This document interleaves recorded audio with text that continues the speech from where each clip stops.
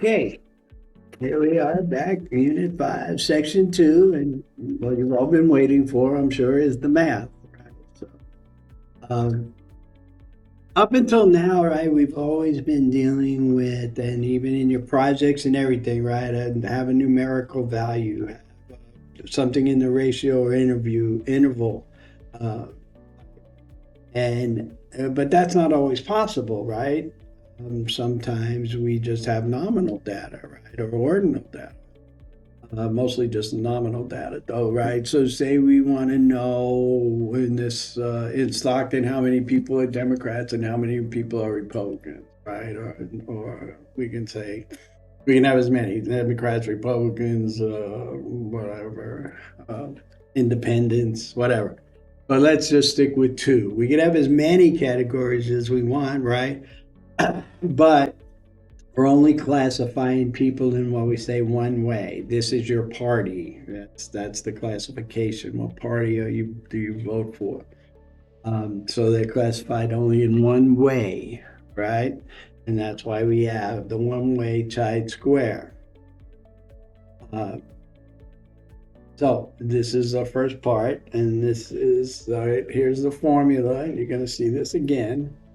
One-way chi-square is identified as x squared. Okay, so go back all the time. Oh, fix them again, obviously. There is, so the null hypothesis says, right, there's no, and we're going to use this as our example, right?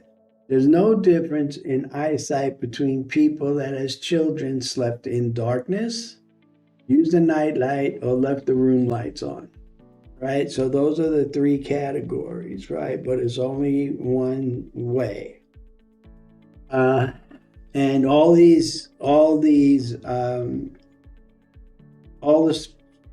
all the subjects have normal vision as adults. Okay. So that's what I mean. So there's the adults, and these are the categories. That's all. And so, right, the null hypothesis says that there's no alternative. And what we're saying is that at least one group would have a different proportion of nearsightedness or a different type of vision. They don't all have normal vision. And I will fix this, right? So on my alternative hypothesis, right? So the null hypothesis is everybody be normal. Nothing will change. The null, or that there'll be the same proportion of people in night lights, left room lights, or darkness, right? That are nearsighted versus normal sighted, right? Those things will be the same. My alternative hypothesis is that at least one group will have a higher proportion or a lower proportion. I don't know which yet. I'm not picking a directional hypothesis. I'm just posing an alternative hypothesis, right?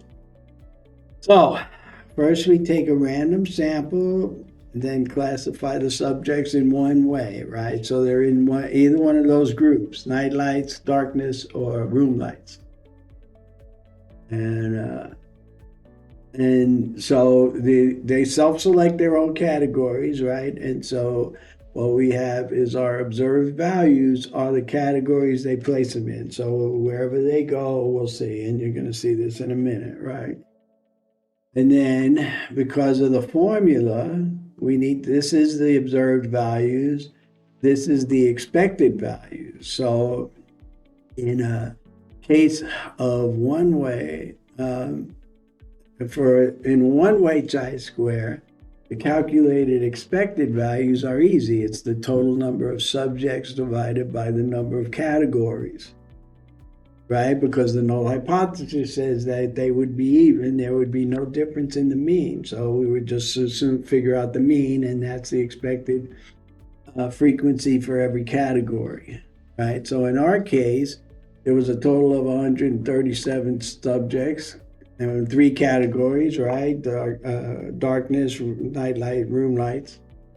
And so our expected value is 45.667. Oh, okay, yes. All right. So now, of course, I'm going to put all this in the table, right? So as I said, the observed values are the places where people put themselves, right? So 8 out of all those 137 people, 18 said they slept in the dark, 78 said they used a nightlight as a kid, and 41 said they slept with the lights on all the time. And then here is our expected value, the total number of subjects divided by the total number of categories. Okay? So here we go back to our formula. So x squared is equal to the sum of the observed value minus the expected value squared divided by the expected values. Right? So in our case, this is how that works. Each category gets their own computation, and then we sum those up. So we do this individually for every category, and then we add all the categories to get the total. And now it'll be x squared. So, right? So here we go. For darkness, there was 18 people. We subtract the expected category, right? And we divide by the expected category. So this minus this is negative 27, right? And we're still dividing by the same. And then when you square this, you get 600 by right here. Simple math, right? We're just going back to simple math. And this is equal to 16.761, and I rounded, right? Same thing here. There were 78 people that slept with night lights. We subtract. We get that difference. We square it. We divide by the expected values, and here is our number. Here's our answer.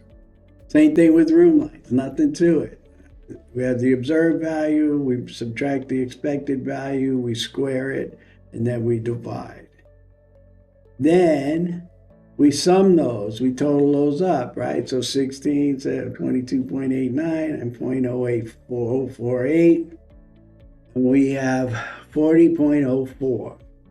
And this is our observed value, and this is the value of x squared. So now I've switched the definition of observed value, right? So now this is the observed value we're going to use to look and match up our critical values to see if we have statistical significance, right? We're right back to that. This is the way we do it all the time, right? So this is our observed value. Obviously, we have a table that tells us the critical value. And as usual, we need to know the degree of freedom to look up the critical value in the table. Right. And so for one-way chi-square, the degree of freedom is the number of categories minus 1. So in this case, we had 3 categories, minus 1 is 2. And now we will go, and I will quickly show you in the modules, right? You go in here, and here is the critical values table.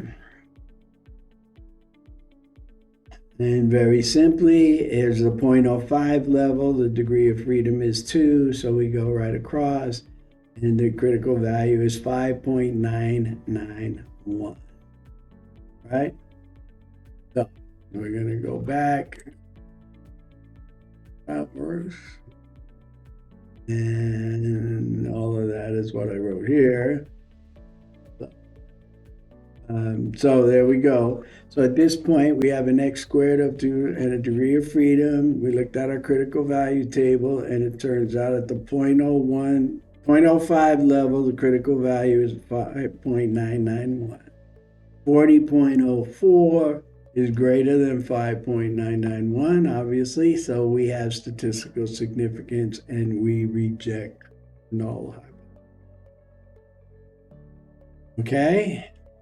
I think that's pretty simple. It's pretty straightforward.